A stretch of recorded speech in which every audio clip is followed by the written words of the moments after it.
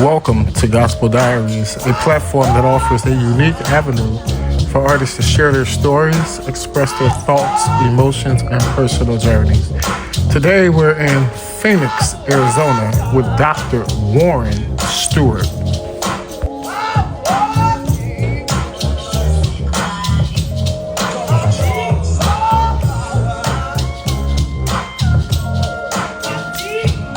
Welcome to Gospel Diaries, y'all. Look, I am in a suit, and I felt that it was befitting because I'm here with a civil rights activist, no stranger to City Hall, anything that has to do with activism, civil rights here in Phoenix, Arizona.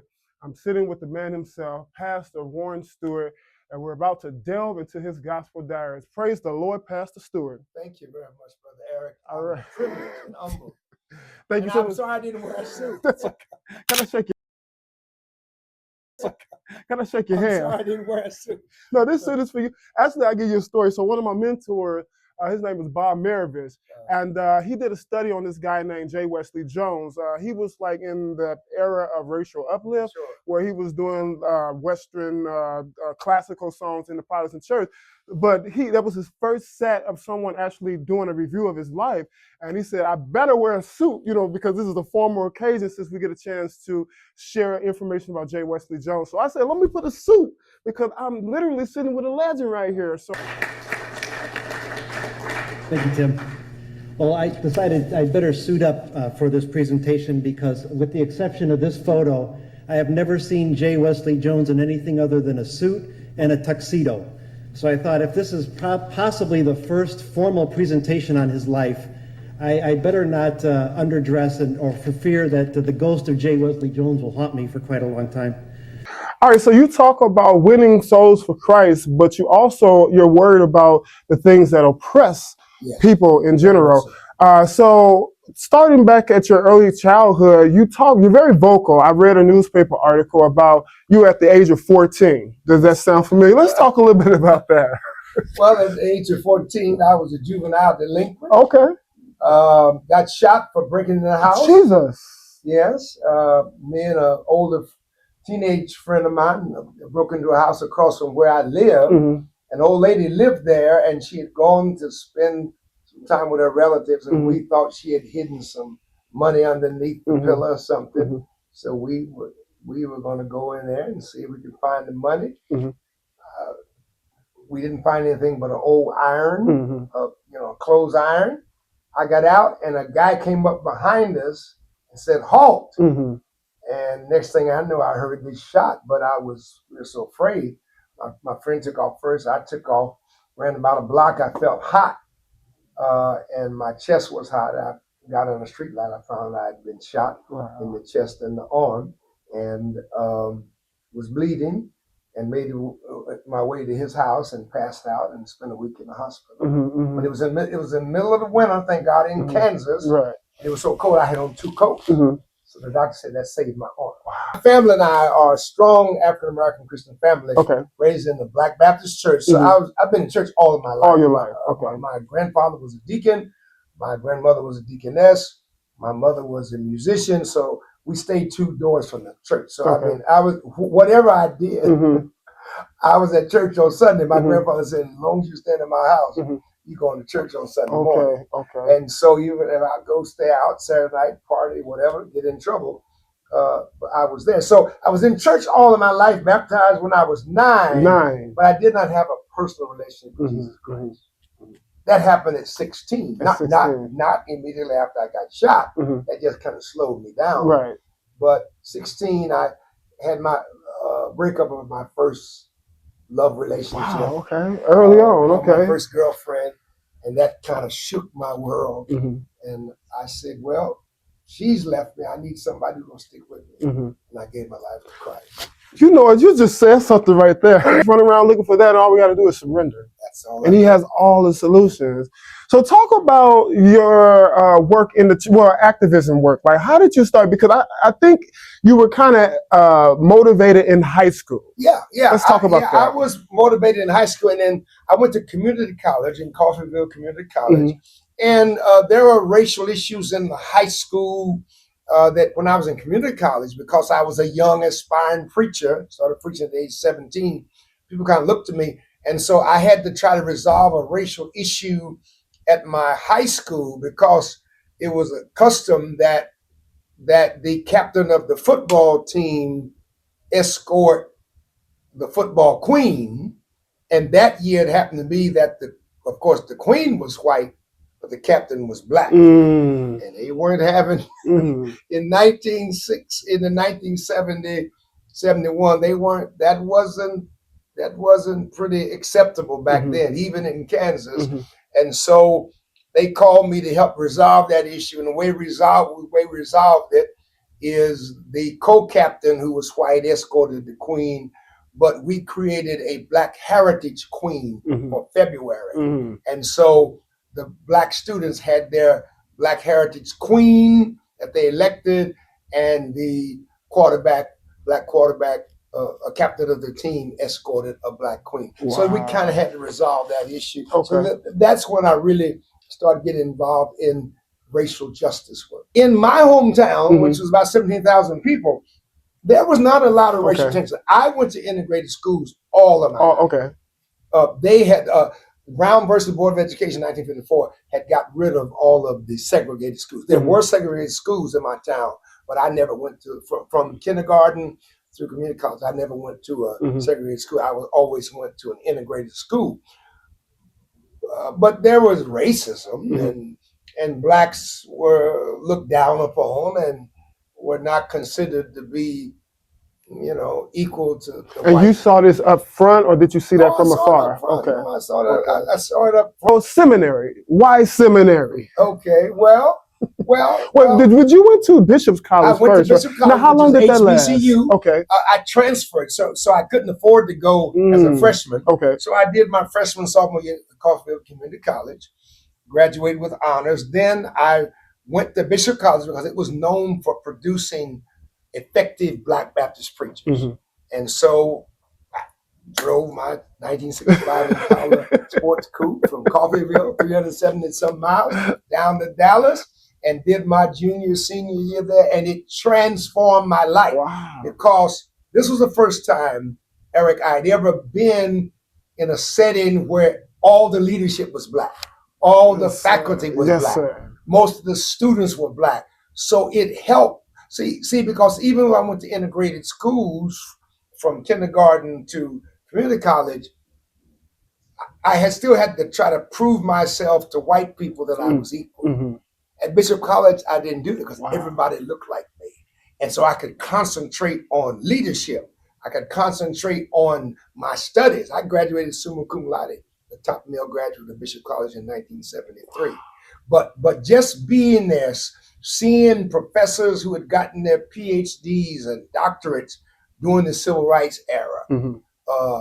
And I said, if they could do it then on the segregation, well, I can excel. And so from there, I applied for seminary, and I applied to two of the best seminaries in the nation. One was Colgate Rochester in Rochester, New York. The other one was Union Theological Seminary in New York City, which was known as one of the top 10 seminaries in the world. So I chose Union, and I studied under some of the most renowned professors and theologians of the time. Wow. Dr. James Howell Cone, the father of Black theology and Black power, he was my professor. Well, I must ask you this before we move on. The Bishop's College, I think it closed roughly in 86? 1988. 88, okay. Due to financial mismanagement. How did that? Well, the off the record reason it closed is that the majority of the board were made of pastors. And they say, quote, that they tried to run Bishop College like a church. Okay. And you can't run a college like a church. Right. And so that's the quote unquote reason it closed. But the preachers didn't do any financial mismanagement. They just, again, you don't run a college right, exactly, like you run the church. Exactly. Hi, Eric Maurice Clark here, sharing ways that you can support Gospel Diaries. First and foremost, thank you so much for your interest in this platform, and let's support every artist that appears on this program. All right, so we do have a magazine. It's entitled The Gospel Music Gazette, and you can obtain a copy by going to ericmauriceclark.com. That will help us share and help spread our purpose here at Gospel Diaries. Also, you can donate by way of Zelle, Cashapp, or traditionally through mail. We do appreciate you, and as I always say, love on someone and you will change your life. Bye. His life to fighting civic and social injustice will be honored tomorrow. The city of Phoenix is naming a street after Pastor Warren Stewart. Jason Berry sat down with him this week to talk about his accomplishments and the hard work still ahead. He will feed his flock. Pastor Warren Stewart knows the power of prayer. The Spirit of the Lord is upon me. And the power of taking action to make a difference in his community and around the world. I try to leave nothing on the table by the time I go to sleep every day. I give it my best for Jesus and justice. For the past 45 plus years, the senior pastor at Phoenix's First Institutional Baptist Church has been practicing what he preaches. Holy Land, Israel, trinkets from India.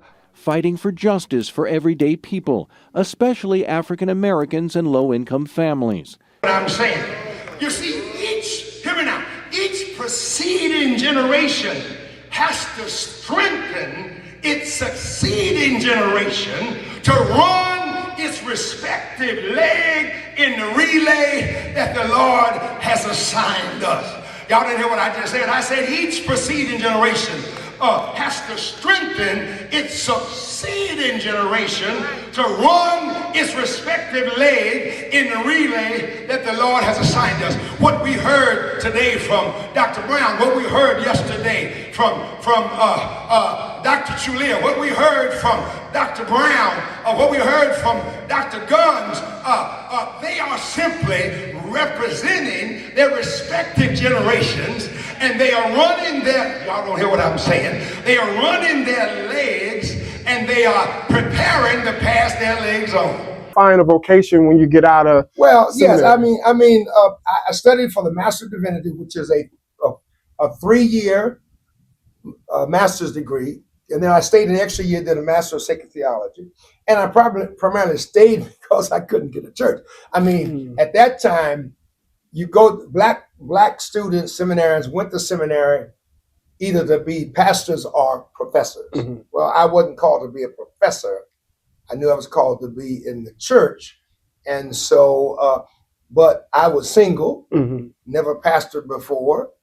And so a lot of churches weren't calling single, unexperienced, 24-year-old pastors. Did you want to give up at any point? Well, I applied for the PhD program Mm-hmm. to become a Old Testament professor. Mm-hmm.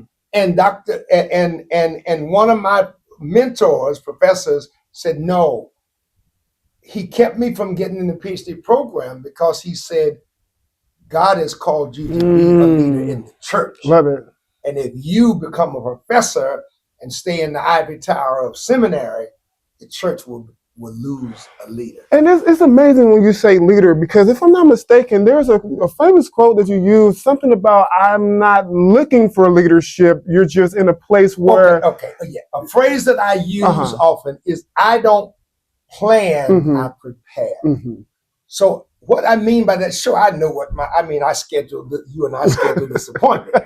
Come on, preach. But what I mean is that I stay in a constant state of preparation, because I don't know what God has next for me to do. Yes, sir. And so I got to be ready. When he says, Warren, I got this for you. Warren, go here, go there. I got to be ready. First got the application to apply for this church. I threw it in the trash. No, you didn't. I said, ain't no black people in Phoenix. I was in New York City. I could walk to Harlem from my dormitory room. Yes, sir. The Mecca of black people. Yes. And Phoenix? Yeah. I'd never been to Phoenix. And a professor friend of mine had recommended me. And so he called me about 3 weeks later and said, Warren, They said they haven't gotten your application yet. So, oh, you know what? I misplaced. I said, have them to send me another. So they sent me another one, and I filled it out, and the rest is history. I've been here since July 1977. 77. You get here in Phoenix, Arizona. What did the black community look like? What did black culture look like right here in Phoenix, Arizona? Well, the good and the bad. The good thing was First Institution was in the heart of a middle class black neighborhood. So was it always here, right? Or no? It was here, but I mean, there were single family homes all down Jefferson and Washington and Madison and Adams, where the older people. So this was a historic black community. Booker T. Washington Elementary School is right next door to the church. So this was the place to be. But there were only about 3.5% blacks in Arizona then. So the percentage was very low. And so there was a lot of systemic racism. And I was told that there used to be a time where blacks couldn't live north of Thomas Road, which is 2 miles from here. And most of the blacks live either here in East Lake Park neighborhood or in South Phoenix. So culturally, it was deficient. I mean, coming from Harlem to Phoenix, but God was able to use. Well, Phoenix started to grow at that time. So now I think the population in the state is around 6 or 7%. So it has grown, and a lot of middle class, upper class blacks come here for a lot of the good job opportunities, etc. In Phoenix, when you first got here in 77. Well, okay. So I was installed in August of 1977. The late Dr. G. Benjamin Brooks, who was a black pastor who started the first and only black Presbyterian church in Arizona. He was one of the preachers for my installation because I didn't know anybody, and the church committee said, well, Dr. Brooks is known for his civil rights activism, invite him to preach. And the night he came and preached for my installation, he said, young man, the very fact that you've been called to this church, this is the mother church of civil rights in Arizona, First Baptist Church. You have to be a leader in our community. So he kind of told me I had no choice. And really, from my installation in August of 1977, I was thrust into leadership. Simply because I was a pastor of First Institute Baptist Church. At the time, well, it is the oldest black Baptist church in the Valley of the Sun. When was this church organized? 1905. 1905. We talking about, okay, let's go to some history now. If I'm not mistaken, in South Carolina, there was a lynching that most people don't know about. I believe his name was Kit Booker. Are you familiar with that one? No. So what happened was Kit Booker, this was around 1904, and I believe it was in somewhere by Charleston. He went to fish with a group of white people. On the way back, I guess got into an altercation with some of the white people. Probably he said some things because they were in his face, how the case may be, but he get trial. He get put on trial for this, and they give him a $5 fine or 15 days in jail. So to make a long story short, those guys that he got into the argument with, they broke him out of the guardhouse in the middle of the night, and the next thing they knew, a week later, he was floating in the river. Hi, Eric Maurice Clark here, sharing ways that you can support Gospel Diaries. First and foremost, thank you so much for your interest in this platform, and let's support every artist that appears on this program. All right, so we do have a magazine. It's entitled The Gospel Music Gazette, and you can obtain a copy by going to ericmauriceclark.com. That will help us share and help spread our purpose here at Gospel Diaries. Also, you can donate by way of Zelle, Cashapp, or traditionally through mail. We do appreciate you, and as I always say, love on someone and you will change your life. Bye. In the city when you first got here? Well, there was an interdenominational ministerial alliance, which was a small group, and we used to meet over at the old Phoenix Memorial Hospital. There might have been 9 to 10 people who came one of the challenges in being in Phoenix is most of the black pastors were bivocational. That means that they had other jobs during the week and they kind of pastored on the weekend. I was a full-time pastor, so I had time to be engaged in the community during the week. I didn't have a 9-to-5 job. I worked all the time as a church. And so it was kind of hard to kind of bridge the gap between the bivocational pastors and the very few of us, 1 or 2 of us, who were full-time pastors. And so we had to work to try to get us unified. And then, then there was the gap with the pastors who had gone to college or seminary to be a clergy person, and those who did not. And many of those who had not gone to college or seminary felt that those of us who had felt we were better than them. So you had the education, kind of some classism, if you will, and we had to work through that. Talk about the impact of Reverend Dr. Martin Luther King on your life. If I'm not mistaken, you shared a story about riding in a car when you heard about the assassination. So talk about the assassination. Well, one, I was 11 years of age when Dr. King, in August of 1963, delivered that great speech from the footsteps of Lincoln Memorial. Yes, sir. He shifted and talked about I Have a Dream. And he talked about his 4 little children. Well, he included me. I was sitting in my grandparents' living front, we call it front room then, watching the black and white TV. And as he talked about I Have a Dream, he included me. So I think then that's when the seeds were planted that he was a mentor of mine, though I never met him. But then I'll never forget, I was driving down one of the main streets in Coffeyville, downtown, when a bulletin came on the news. I was driving my grandfather's 1964 Studebaker Lark. Yes. And it said, Dr. Martin Luther King was assassinated in Memphis, Tennessee, a few moments ago. I instantaneously, my emotional reaction, I balled up my fist and I hit the dashboard and broke my grandparents' dashboard. But then I rolled down the window, where the electric window was in, to find the first black person walking in downtown Coffeyville. And I yelled out, "They killed Dr. King." I never will forget that. And you know what's amazing? I was 16 years old. And is it safe to say he was a mentor in a sense? With that, even though I met all the rest of his family, his father, his mother, his sister, his children, his wife. I never met him, but he was my mentor because I watched him.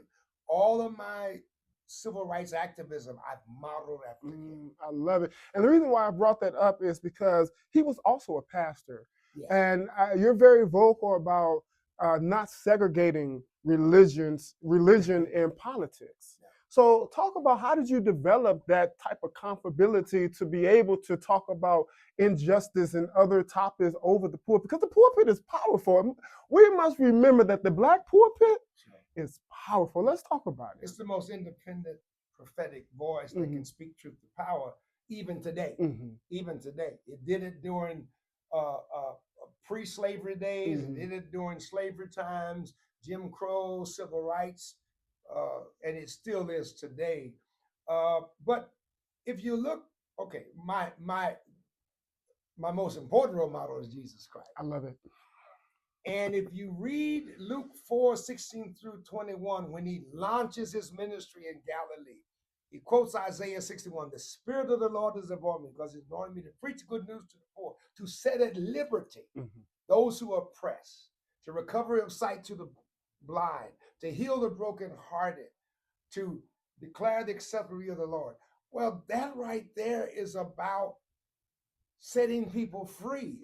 Jesus was Martin King's role model. And so Jesus didn't confine his religion to the synagogue. Right. He took it to the streets. Right. And so that's what Martin King did. That's what Frederick Douglass did. That's what Richard Allen did. That's what Jarena Lee did. That's what any of the great pastors and preachers who have led fights for justice, we modeled our lives after Jesus Christ, who was in the streets with the people and most that were being oppressed and discriminated against. But what about the naysayers? Because I've read plenty of articles. The people, they were shooting shots at you, you know? Yes. So how do you deal with that as a black man trying? Well, yes.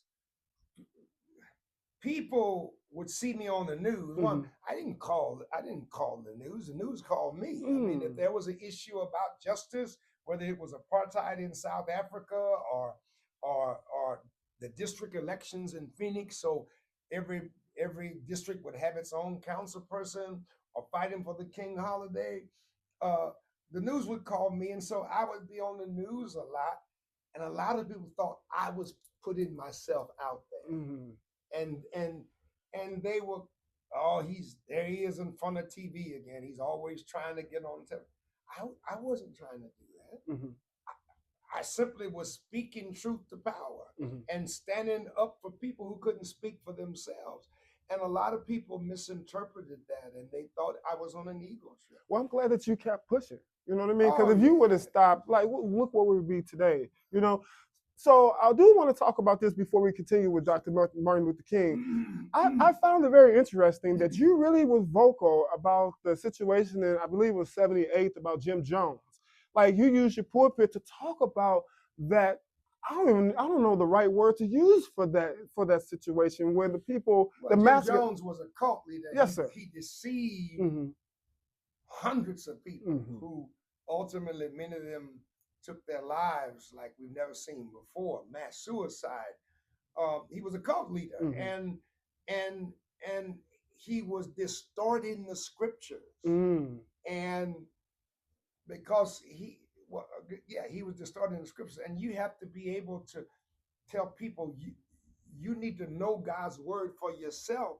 So a cult leader or a charlatan cannot deceive you and cause you to do things that are antithetical to anything the Bible teaches.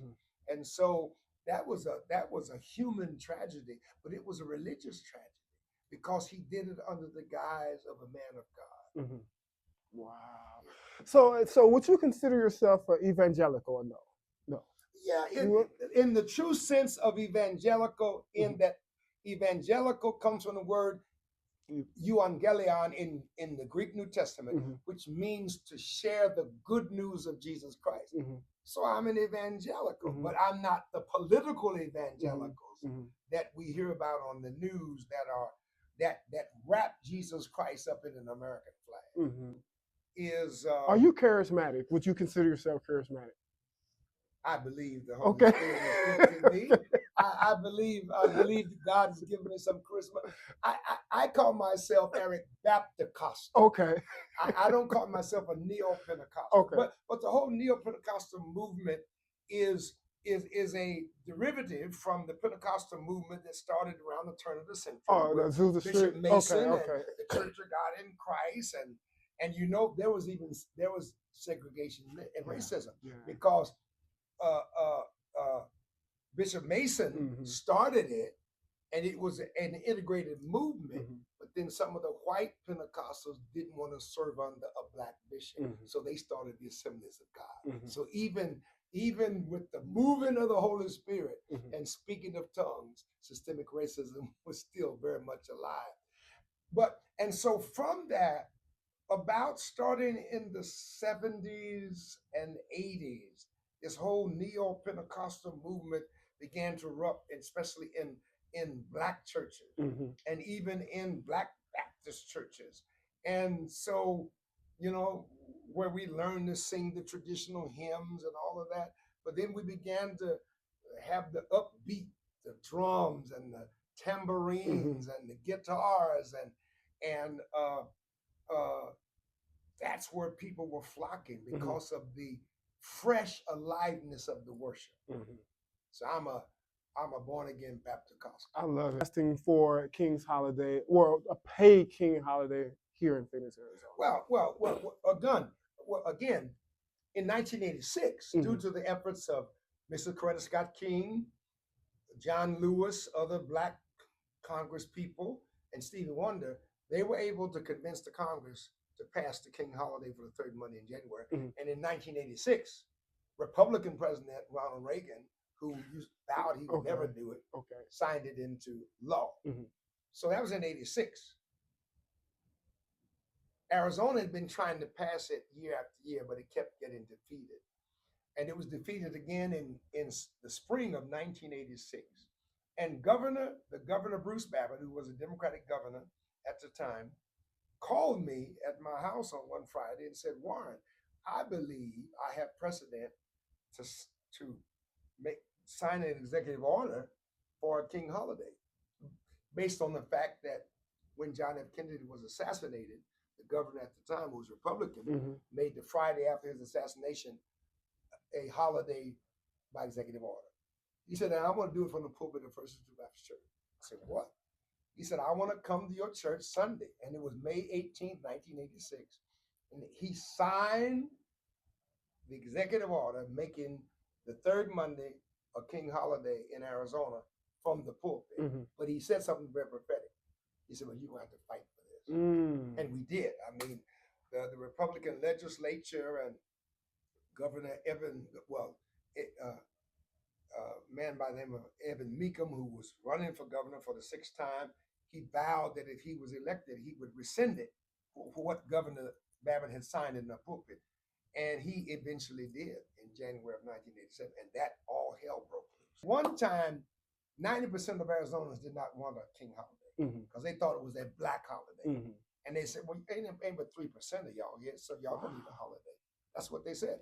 So what we had to do, those of us who formed coalition, Arizonans for Martin Luther King State Holiday and Victory Together, we had to do what I call educate, enlighten, and inspire. We had to educate people that what George Washington was during the 1700s, when he was the revolutionary that founded this nation, what Abraham Lincoln was in the 1800s, fought the Civil War against slavery, Martin King did in the 1900s.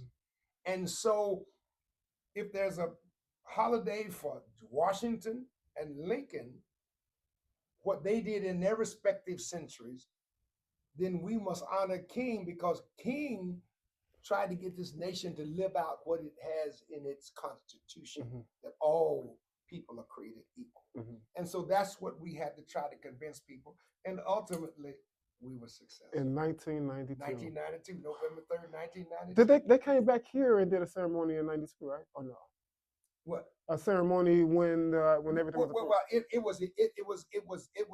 it was won overwhelmingly. Wow. On November 3rd, 1992. So in January of 1993 was the first time Arizona had its own paid state holiday. How did you feel, sir? Oh, we filled what was known as the American West Arena. We packed it out with 19,000 people. Rosa Parks was there. Stevie Wonder was there. I mean, we just partied. We celebrated. It was an awesome moment.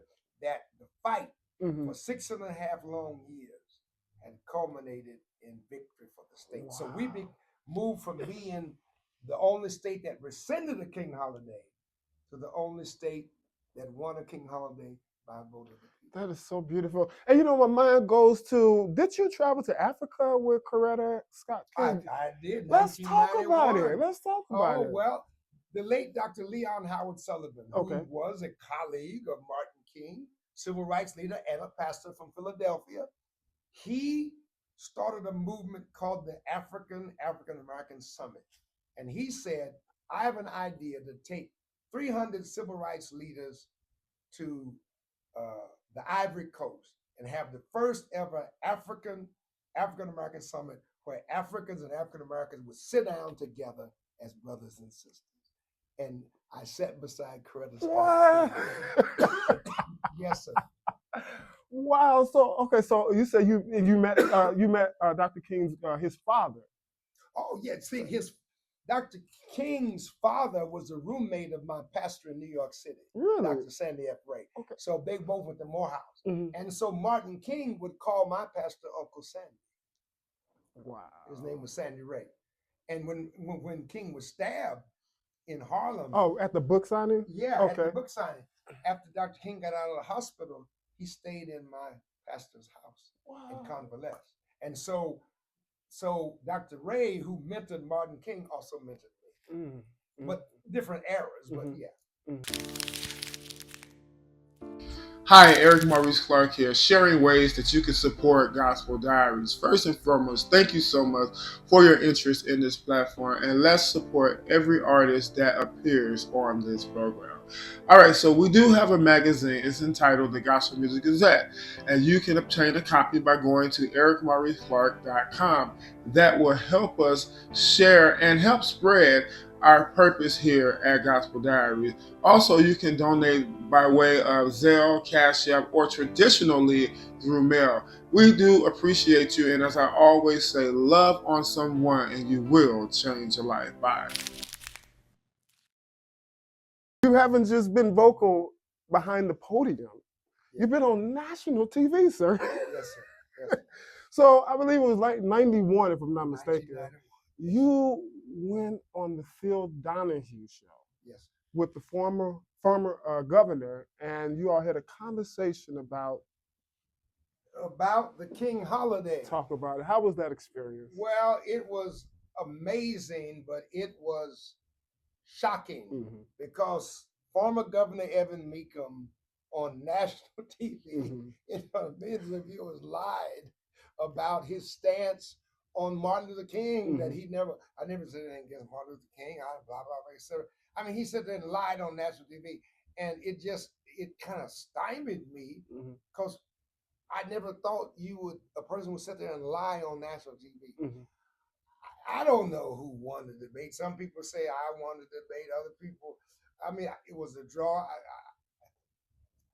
I don't know, but I was there speaking on behalf because we were 1 year away from the victory, and so I was leading the Victory Together campaign to still try to win the King of Holiday by vote of the people, and Meekum consented to be interviewed, but he just brought up his old stuff about King, etc. So. You know what makes I have to mention this. So you're in a debate spot situation, and you spoke earlier in your life about a speech impediment. So how in the world did you get over the speech impediment to get to a point that you can actually debate someone on the Phil Donahue show? I was very nervous. I was very nervous. Yes, from kindergarten through high school, I went to a speech therapist because I had a very severe stammer and stutter. When I went to Bishop and kind of understood who I was as a young Black man, it began to decrease. And as I went to seminary and became a pastor here, I still tell people I have 5% of it. I still have. If I get into a tight situation where I feel anxious, it'll come back. And I was I was very nervous, especially after that man lied in front of national TV. But the Lord helped me to get my words out, so I didn't really mess up on national TV. Okay. So now we have to go here. This is Gospel Diaries. We got to talk about some controversial things. Sure, all right. So I don't remember the year, but 1989. 1989. Someone targets you in a newspaper article because you were, I guess, a participant. I was arrested in front of an abortion clinic. Jesus, talk about Well, see, understand, I'm an advocate of what is called the sanctity of human life ethic. What that means is based on the scriptures, and I also say science, that all human life from conception to natural death has intrinsic value, that God gives value. So, and science has proved you don't become a human being. Well, you start becoming a human being at conception. You can't skip conception and become a person. And so I believe that abortion should be legal, but abortion should not be birth control. And I saw the whole pro-choice movement as just devaluing human life. And Psalm 139 talks about how God formed us in our mother's womb. And so I was born out of wedlock. My biological father was older than my maternal grandfather. And I believe had abortion been as available then in 1951 as it is now, I wouldn't be talking to you. And so because of that, I've been an advocate of human life from the womb to the tomb, unapologetic. And I've gotten severe criticism from many people, and especially from Black people. Please tell me, did something happen in front of your home, one of your cars, or something? I could be wrong. Well, but that was related to the King holiday. Okay, okay. They set fire to my newspaper and stuff in my driveway, but that was related to the Well, King you've holiday. been through so much stuff. Can I shake your hand one more time? Listen here, man. I could talk to you until cows begin to fly. I honestly really feel like this is an honor for me to be sitting with you. Because this is a piece of history right here. You get a chance to really get an exclusive look, exclusive talk with Pastor Dr. Warren Stewart. I would like for you to give an encouraging word to the audience. I would say, in light of all the challenges and difficulty that we are facing now, always believe that God is with you. And also, don't just complain and comply with injustice and what's wrong.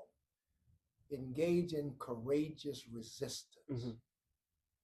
Don't accept injustice. Don't accept wrong. Stand up against it, because you'll be standing up for a whole lot of people beside you. I love it. I love it. And you know what? We can't leave this segment without talking about Calvin Good. Did you have a relationship with him? Oh my goodness. Talk. Give some memories. Well, Calvin Good spoke at my installation in August of 1977. He was one of my strongest supporters in ministry.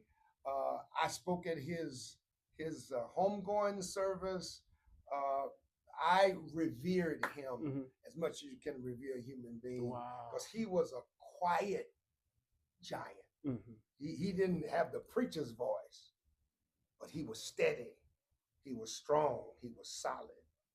He was a great man. He lived to be in his 90s. I think he was like 92. Yeah. Okay, we must talk about Miss White's. So was Miss White's around when you? Mrs. White's was right the golden rule. Right there. Very much so. She is an inspiration. 102 years of age. She's a woman preacher. Yes. She can cook her behind on. She is a role model. Oh yes. Wow. I hope I can. If I live that long, I hope I can be as quiet and my mind is clear as Miss White. Yes. The Reverend Miss White. The Reverend Miss White. And she's still active. Well, she probably slowed down a little bit, but she's still active. Well, Dr. Warren Stewart, thank you again. Thank you, sir. On that note, as I always, no, actually, what's in the near future? Wait a minute, didn't you say you retired in 2020? What were we in 2024? I'm retiring. Okay. On June 30th after 48 years. This year. Lord, that's finalized. That's finalized. June 30th. I got about 2 or 3 books in my head. I'm gonna write, and I want to mentor leaders like yourself. Love it. I want to pour into you what God has poured into you. And you do have books. Talk about you have one book that came out roughly 90s. It was somewhere in the 90s. I have a book that was printed 5 times called "Interpreting God's Word in Black Preaching." I analyzed 3 great Black preachers in the 20th century and came up with principles of interpretation from them. My book about the King holiday is "Victory Together" from Martin Luther King Jr. State Holiday. And that was published in 2015. Right, because I think you said that you did that for your family too, because you wanted your family to know who you were and the things that you had done in life. So on that note, we could talk. As I always say, love on someone and help to change a life. We'll see you guys later. Tell the people bye. Goodbye. Bless you all.